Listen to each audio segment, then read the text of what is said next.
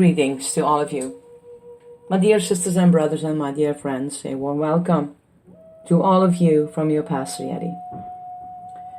We are now starting in chapter 9, How Great You Are. Isaiah, the chapters 40 to 48. In your time, we have the opportunity to move not only toward the rich society and the powerful society, but upward to the great society. President Lyndon B. Johnson spoke those words at the University of Michigan on May 22, 1964. For some of us, much too early. Maybe some of us were not even born. But reading them over 3 decades later, I ask myself, I wonder how the Jewish captives in Babylon would have responded to what the president said. A rich society. They were refugees whose land and holy city were in ruins. A powerful society. Without king or army, they were weak and helpless before the nations around them. A great society. They had been guilty of great rebellion against God and had suffered great humiliation and chastening. They faced a great challenge but lacked a great human resources. That is why the prophet told them to get their eyes off themselves and look by faith to the great God who loved them and promised to do great things for them. Be not afraid, he admonished them. Behold, your God.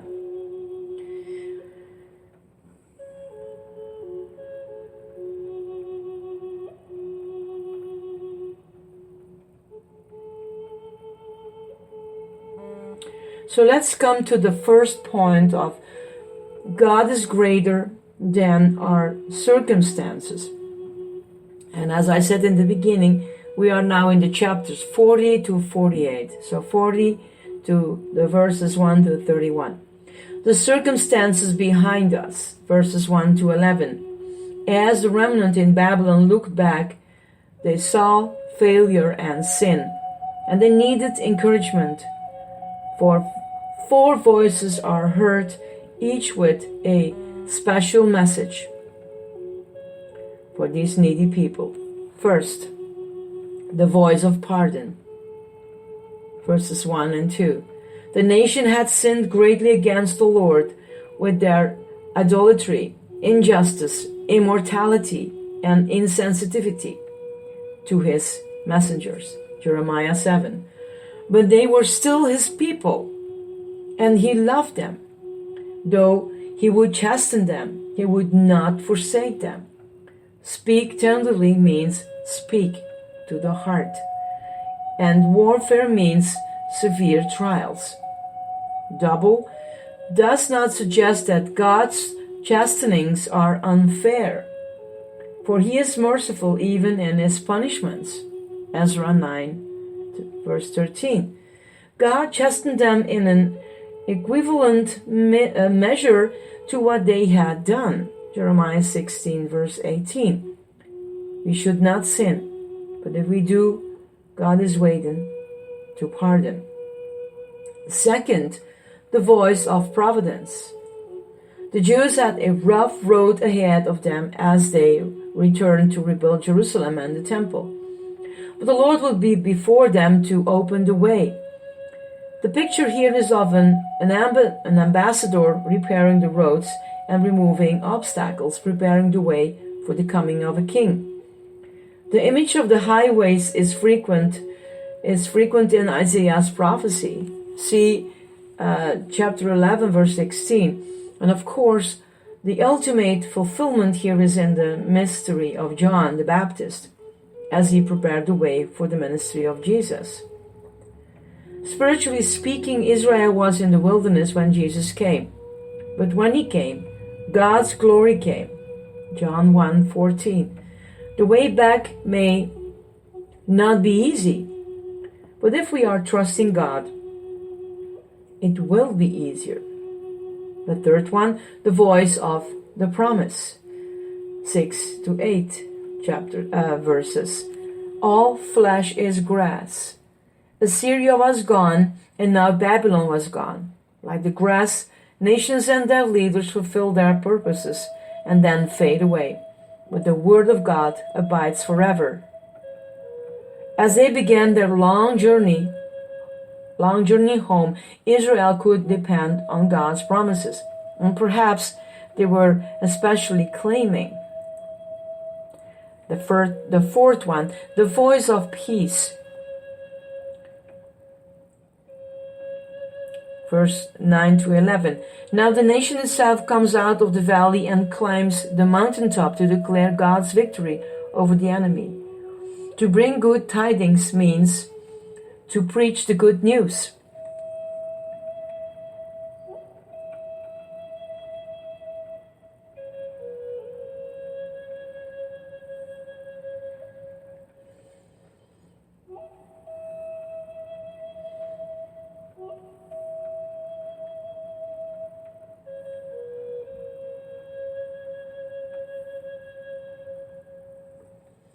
The good news in the day was the defeat of Babylon and the release of the captive Jews.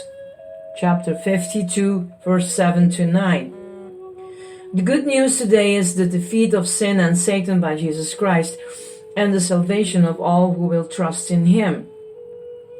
God's arm is a mighty arm for winning the battle, but it is also a loving arm for carrying His weary lambs. We are coming home would certainly be good news to the devastated cities of Judah. The circumstances before us, verses 12 to 26, the Jews were few in number, only a remnant and facing a long and difficult journey. The victories of Assyria, Babylon, and Persia made it look as tough.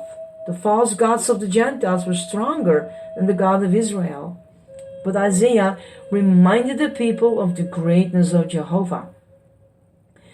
When you behold the greatness of God, then you will see everything else in life in its proper perspective. God is greater than anything on earth or anything in heaven. Creation shows His wisdom, power, and immensity.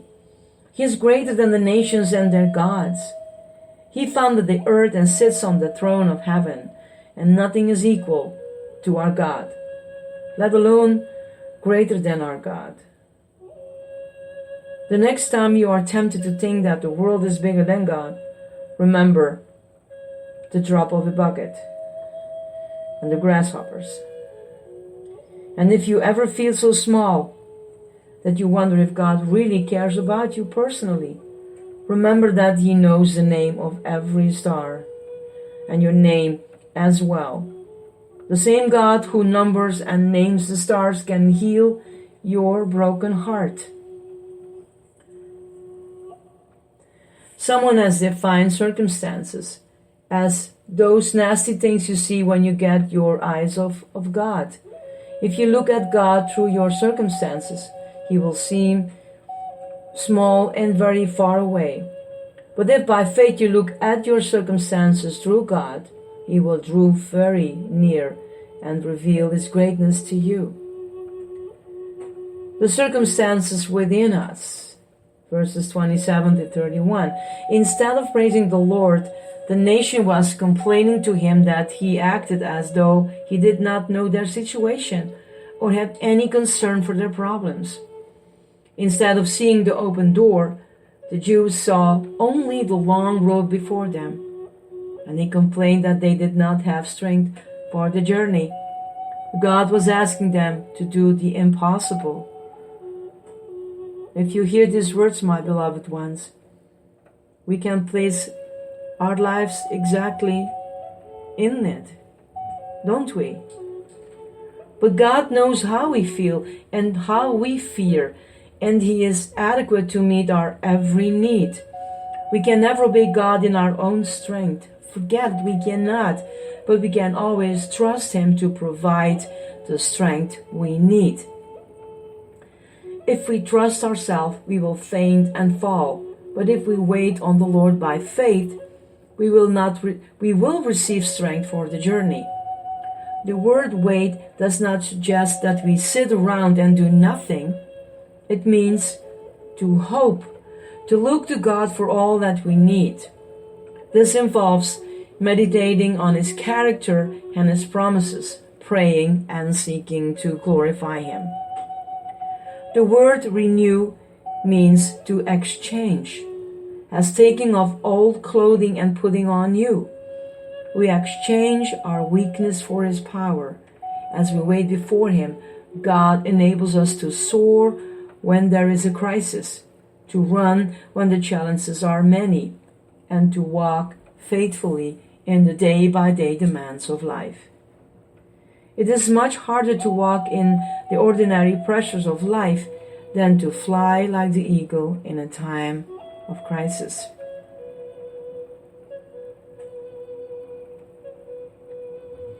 Second, God is greater than our fears. Chapter 41, verses 1 to 44. In this study, the Lord in the book of Isaiah said 7 times, say, fear not, to His people. And He says, fear not to us today.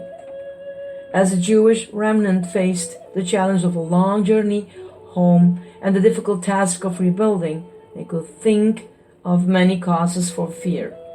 But there was one big reason not to be afraid. The Lord was with them and would give them success. God seeks to calm their fears by assuring them that He is going before them and working on their behalf. Now, 1. God's servant Cyrus. 41, verses 1 to 7. God convenes the court and asks the nations to present their case against him, if they can. At least 17 times in his prophecy, Isaiah writes about the islands or the coastlands, referring to the most distant places from the Holy Land. Produce your cause, he challenged these nations. Present your case. God is not afraid of the nations because He is greater than the nations. He controls their rise and fall. He announced that He would raise up a ruler named Cyrus, who would do His gracious work and righteous work on earth by defeating other nations for the sake of His people, Israel. Cyrus will be a shepherd anointed by God, a ravenous bird that could not be stopped. Isaiah called Cyrus by name over a century before he was born, 590 and 529. And while Isaiah nowhere calls Cyrus God's servant, Cyrus did serve the Lord by fulfilling God's purposes on earth. God handed the nations over to Cyrus and helped him conquer great kings. The enemy was blown away like chaff and dust because the eternal God was leading the army.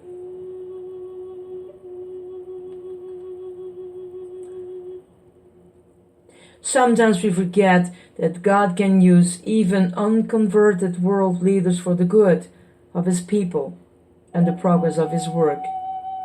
He raised up Pharaoh in Egypt that he might demonstrate His power. And He even used wicked Herod and cowardly Pontius Pilate to accomplish His plan in the crucifixion of Christ. The king's heart is in the hand of the Lord, like the rivers of water.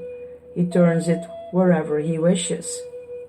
The second, God's servant Israel. Chapter 41, 8 to 29, and chapter 43, verses 1 to 41. The prophet presents four pictures to encourage the people, and in contrast to fear experienced by the Gentile nations is the confidence shown by Israel, God's chosen servant, because God was working on their behalf in spite of their past rebellion, Israel was not cast away by the Lord. The Jewish captives did not need to fear either Cyrus or Babylon, because Cyrus was working for God, and Babylon would be no more. The title "My Servant" is an honorable one. It was given to great leaders like Moses, David, the prophets, and the Messiah. But is there any honor in being called a worm? 41:14-16. A worm, a servant, defined what they were by God's grace and calling, but worm describes that they were in themselves. Imagine a worm getting teeth and threshing mountains into dust like chaff. As the nations marched ahead by faith, every mountain and hill would be made low, and the Lord would turn mountains into molehills.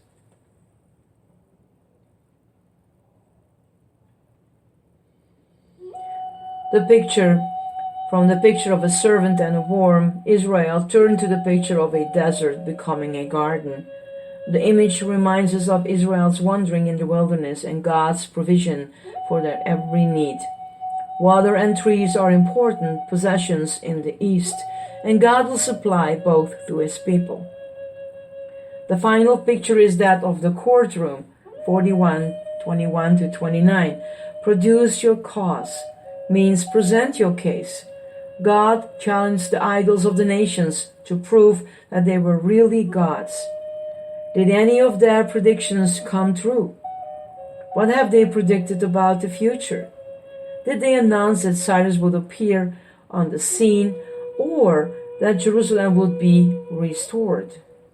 No one told of this. No one foretold it. No one heard any word from it. Taunted the Lord. Not only were the idols unable to make any valid predictions, they were not even able to speak.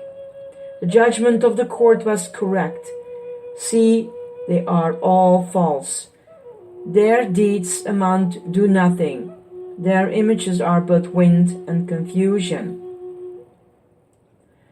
The theme of Israel's servant is continued in Isaiah 43-44, with an emphasis on God, the Redeemer of Israel. The word translated redeem or redeemer is the Hebrew word for a kinsman, redeemer, a near relative who could free family members and their property from bondage by paying their debts for them. See Leviticus 25:23-28 and the book of Ruth. God gave Egypt, Ethiopia, Cush, and Seba to Cyrus as a ransom payment to redeem Israel from Babylon, because Israel was so precious to him, and he gave his own son as a ransom for lost sinners. Third, God's servant Messiah, Isaiah 42. Isaiah 42 verses 1-7 is the first of 4 servant songs in Isaiah, referring to God's servant, the Messiah. The others are 49 verses 1-6 and 51-11 and 52:13 and 53:12. Contrast, behold. They, the idols, are all vanity, with behold my servant. Applies these words to the earthly ministry of Jesus Christ. He could have destroyed his enemies, the reed and flax, but he was patient and merciful. The Father delights in his Son. It is through the ministry of the servant that God will accomplish his great plan of salvation for this world. God chose him, God upheld him, and God enabled him to succeed in his mission. Because of the death and resurrection of Jesus Christ, one day there will be a glorious kingdom, and God will bring justice to the nations. Jesus Christ is the light of the world, and that includes the Gentiles. Isaiah 42:7 refers to the nation's deliverance from Babylon, as well as to the sinners deliverance from condemnation. The closing section of Isaiah 42:10-25 describes a singing nation giving praise to the Lord and a silent God who breaks that silence to become a shouting conqueror. God is long-suffering towards sinners, but when he begins to work, he wasted no time. The servant in verses 18-25 is the people of Israel, blind to their own sins and deaf to God's voice. And yet the Lord graciously forgave them and led them out of bondage. Now God says to the Babylonians, send them back. How sad it is when God disciplines us and we do not understand what he is doing or take it to heart. Israel's captivity in Babylon cured the nation of their idolatry, but it did not create within them a desire to praise God and glorify. 3. God is greater than our enemies.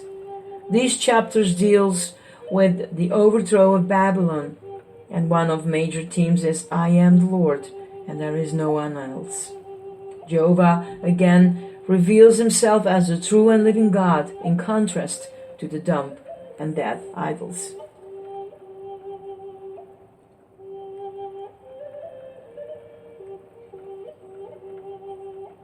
The conqueror described, 45 verses 1-25. Just as prophets, priests, and kings were anointed for service, so Cyrus was anointed by God to perform a special service for Israel's sake. In this scene, Cyrus was a Messiah, an anointed one. God called him by name over a century before he was born. Cyrus was the human instrument for the conquest, but it was Jehovah God who gave the victories. Anyone who opposed Cyrus was arguing with God, and that was like the clay commanding the potter or the child ordering his parents. False gods disgraced. Bel was the Babylon sun god, and Nebo was his son, the god of writing and learning, but both of them together could not stop Cyrus. As the Babylonians fled from the enemy, they had to carry their gods, but their gods went into captivity with the prisoners of war. God assures his people that he will carry them from the womb to the tomb. Verse 4 is the basis for a stanza of the familiar song, How Firm a Foundation, that is usually omitted from our hymnals. And down to old age, all my people shall prove my sovereign, eternal, unchangeable love. And then, when gray hairs shall their temple adorn, like lambs they shall still in my bosom be born. The city destroyed, 47 verses 1-15. Babylon, the proud queen, is now a humble slave. I will continue forever, the eternal queen, she boasted. But in a moment, the judgments for her sins caught up with her, and she became a widow. Neither her idols nor her occult practices were able to warn her or prepare her for her destruction. But God knew that Babylon would fall, because he planned it ages ago. He called Cyrus, who swooped down on Babylon like a bird of prey. Babylon showed no mercy to the Jews, and God judged them accordingly. The Jewish remnant delivered, 48 verses 1-22. The Jews had become comfortable and complacent in their captivity and did not want to leave.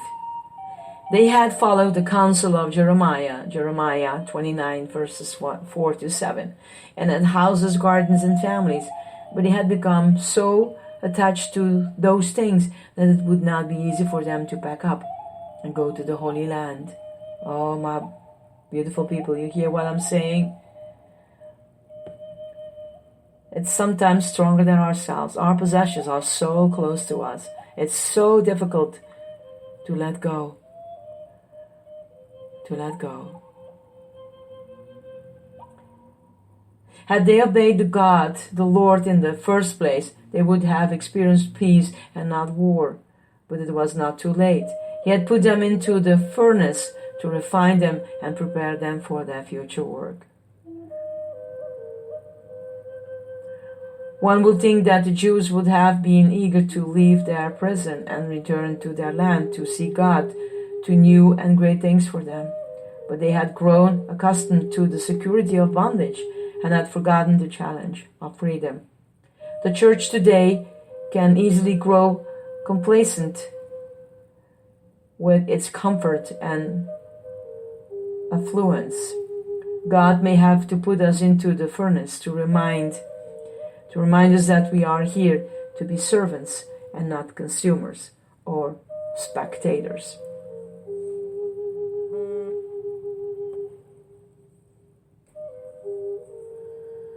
And this, my dear ones,